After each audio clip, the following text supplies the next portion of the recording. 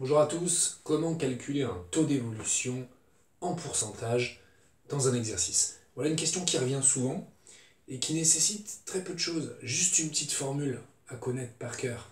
Cette formule, je vais vous l'écrire. Déjà, le taux d'évolution, on le note T la plupart du temps. Et donc la formule à connaître, c'est celle-ci. VF moins VI sur VI et fois 100 si on veut le résultat en pourcentage. Voilà. Alors qu'est-ce que ça veut dire tout ça? VF, VI, etc. VI, comme son nom l'indique, c'est la valeur initiale. Et VF, c'est la valeur finale. On se remémore aussi ce petit schéma. On part d'une valeur initiale, on la modifie, et elle devient une valeur finale. Dans le cadre d'une évolution, c'est ça qui se passe. On a une valeur de départ, et puis elle subit une évolution pour devenir une valeur d'arrivée. Valeur initiale, valeur finale. Donc quand on veut calculer un taux d'évolution dans un exercice, il faut surtout bien comprendre quelle est la valeur initiale et quelle est la valeur finale, puisque c'est entre ces deux valeurs que va se calculer le taux d'évolution.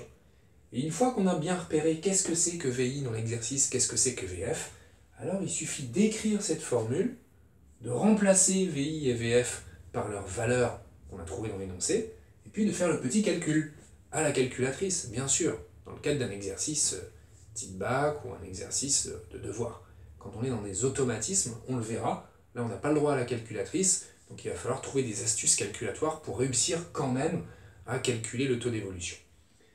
Alors, faisons un exemple pour essayer d'illustrer tout ça. Si je vous dis par exemple que vous avez, je sais pas, un appartement dont le loyer était de 350 €, voilà, et puis que le loyer a augmenté, et il est passé à 400 €. 400 €. Waouh! Et puis je vous demande de calculer le taux d'évolution en pourcentage du loyer de cet appartement.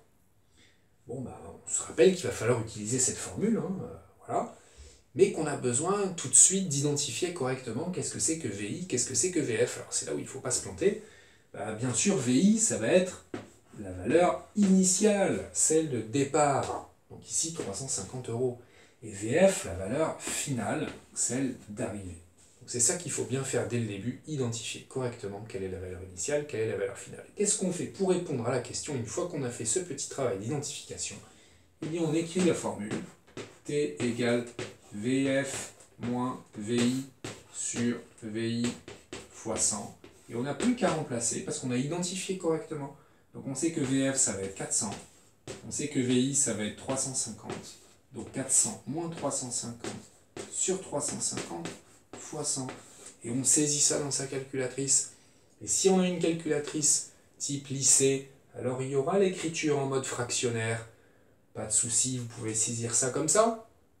Par contre, si on a une calculatrice de collège, on n'oublie pas, bien sûr, de mettre des parenthèses ici, en utilisant ensuite le symbole de la division, puis la multiplication par 100. Parce que si on ne met pas les parenthèses, il y aura un petit problème de priorité des opérations. Donc la calculatrice, si on n'en a pas, on doit faire le calcul à la main. 50 divisé par 350, c'est-à-dire 1/7 fois 100. 100 divisé par 7. Et si on veut faire ce calcul encore à la main, eh bien, on va y passer un petit peu de temps, puisque on aura besoin de faire une série de petits calculs avec une division euclidienne. Donc ça devrait nous donner 14, quelque chose. Ceci, bien sûr, sera en pourcentage. Et alors quand je dis 14, quelque chose, là encore attention, tout dépend de l'énoncé, tout dépend de ce qu'on vous demande de faire comme arrondi, parce que parfois c'est pas précisé, auquel cas bah, on est libre d'écrire, d'arrondir finalement à l'unité, au pourcentage près, ou alors au dixième de pourcentage ou au centième de pourcentage. Mais si c'est spécifié dans l'énoncé, attention, s'il y a écrit d'arrondir à 0,1%, ça veut dire que là, il va falloir arrondir un peu plus que juste mettre 14%. Donc si je reprends ma petite opération, j'en étais où? J'en étais au fait qu'il me restait 30 divisé par 7, je fais 4 fois 7, 28, donc il me reste 20 divisé par 7. Là, ici, j'ai un 2, donc 14,2. Et comme après, je pense que j'ai un 5, puisque il me restait 20 divisé par 7, 3, 2, 6. Donc oui, j'ai un 5, donc en fait, je vais arrondir à 14,3%. Vous, bien sûr, vous regardez sur l'écran de votre calculatrice et vous faites un arrondi propre selon qu'on vous demande d'arrondir à 0,1 ou 0,01%, etc. Bref, si on récapitule, on a juste utilisé une seule formule pour calculer un taux d'évolution. Dans quel cadre on peut aussi vous demander des taux d'évolution? Eh bien, dans un cadre de tableau, parce que souvent dans les exercices, vous pouvez avoir des tableaux. Donc des tableaux où on vous donne, par exemple, je ne sais pas, le PIB d'un pays en 2018, en 2019, en 2020, en 2021, etc. Voilà.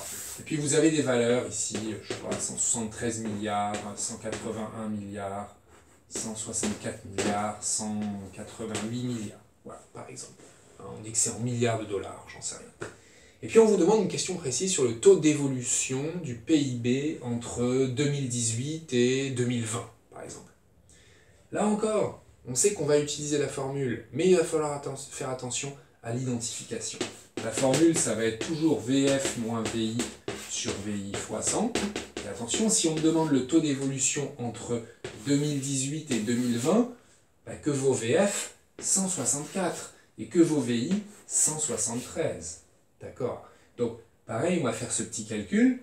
Ça va nous donner 164 moins 173 sur 173 fois 100. Et dans ce cas-là, tiens, à quoi on peut s'attendre? On peut s'attendre à ce que le résultat donné par la calculatrice soit négatif. Et alors, c'est pas un problème qu'il soit négatif.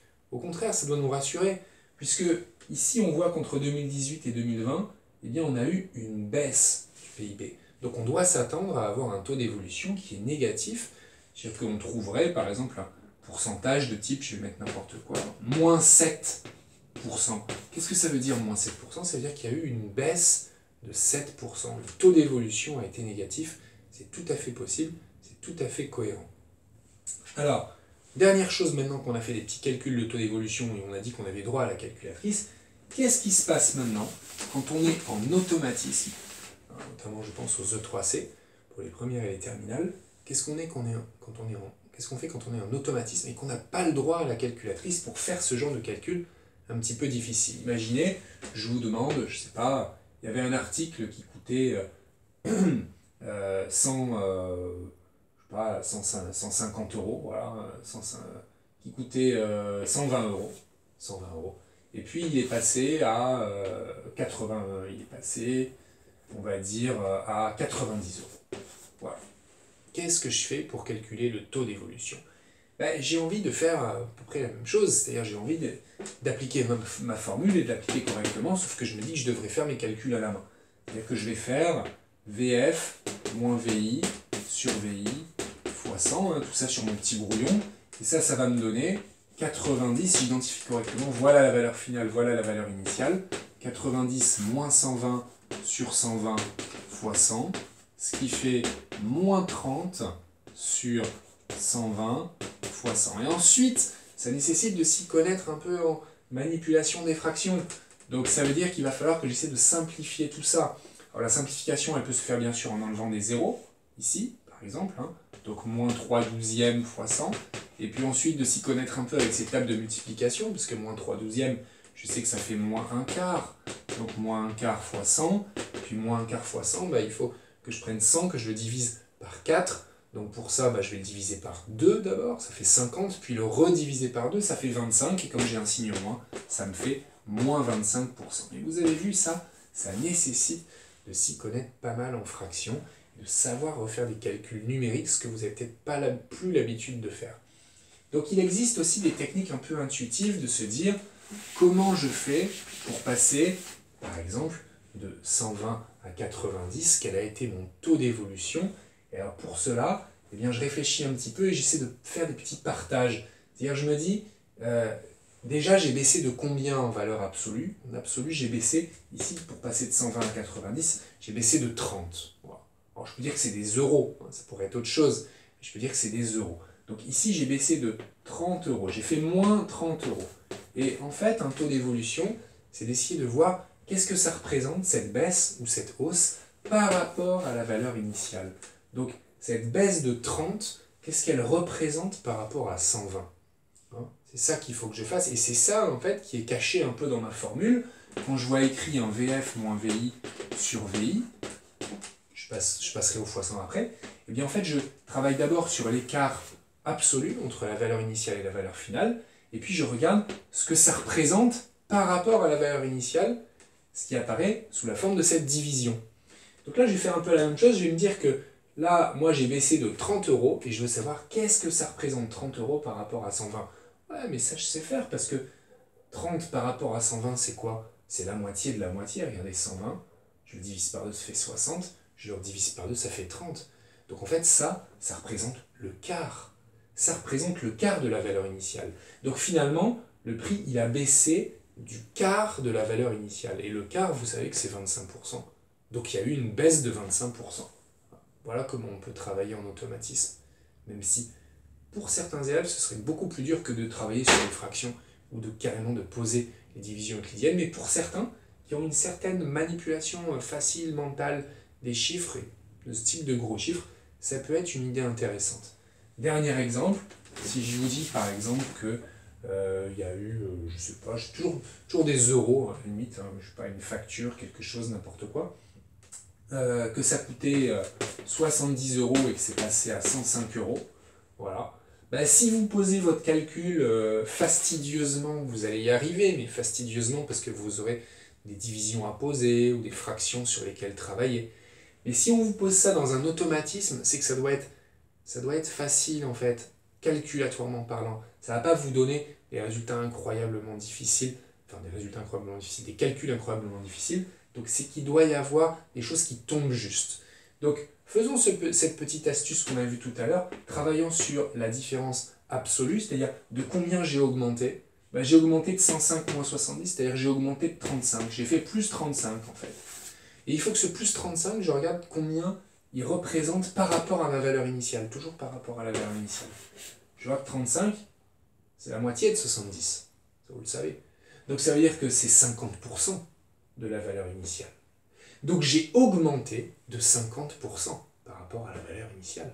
Donc ici, mon taux d'évolution, c'est plus 50%. Voilà. Pareil que l'exemple précédent, une façon de travailler plus vite pour calculer des taux d'évolution lorsque vous êtes en automatisme. Sinon, je répète, c'est la formule, la recherche, identification de VI et de VF, on remplace, on n'oublie pas de faire le x100 pour avoir un résultat qui est sous forme de pourcentage. Voilà comment on calcule un taux d'évolution.